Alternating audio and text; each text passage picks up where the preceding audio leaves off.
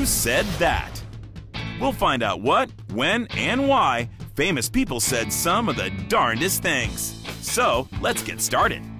Who said early to bed and early to rise makes a man healthy, wealthy, and wise? Aristotle, Benjamin Franklin, John F. Kennedy, or Dr. Seuss? Need a hint? He's also known for flying a kite in a storm to test his theory that lightning is electricity. Benjamin Franklin, founding father, statesman, scientist, and inventor. He was also full of witty sayings. Franklin was very influential in the formation of the United States and has been called the only president of the United States who was never president of the United States. Speaking of presidents, here's another quote for you. Which president first used the phrase, "Speak softly and carry a big stick"? George Washington, Abraham Lincoln, Theodore Roosevelt, or Howard Taft?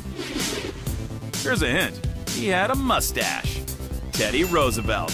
He was commenting on how America should negotiate peacefully with other countries, but maintain a strong military to back it up. Moving from politics to literature, true or false? The fictional character Sherlock Holmes uses the phrase, "Elementary, my dear Watson." False. How can that be?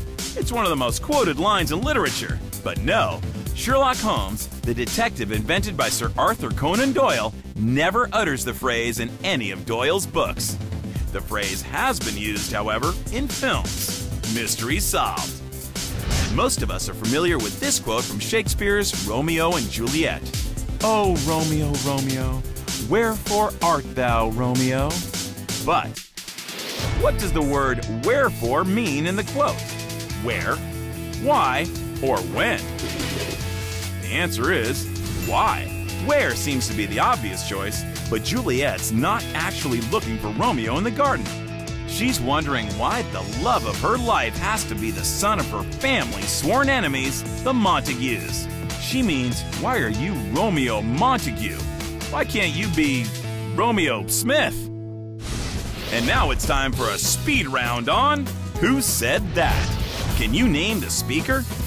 Who said, "The only difference between me and a madman is that I'm not mad"? Salvador Dali or Lewis Carroll? Salvador Dali, the Spanish surrealist painter. Who said, "You can observe a lot just by watching"? Yogi Berra or George W. Bush? Yogi Berra. And it's true. Who said, "If we don't succeed, we run the risk of failure"? Vice President Dan Quayle or Yogi Berra? Dan Quayle. Great observation. Who said, "Only two things are infinite, the universe and human stupidity"? And I'm not sure about the former. Albert Einstein or Mark Twain? Albert Einstein. He had the IQ to figure that out, too. Time's up. And here are our final quotable questions. Since we're talking about Einstein, what did Einstein say was the hardest thing in the world to understand? The universe or the income tax? The income tax.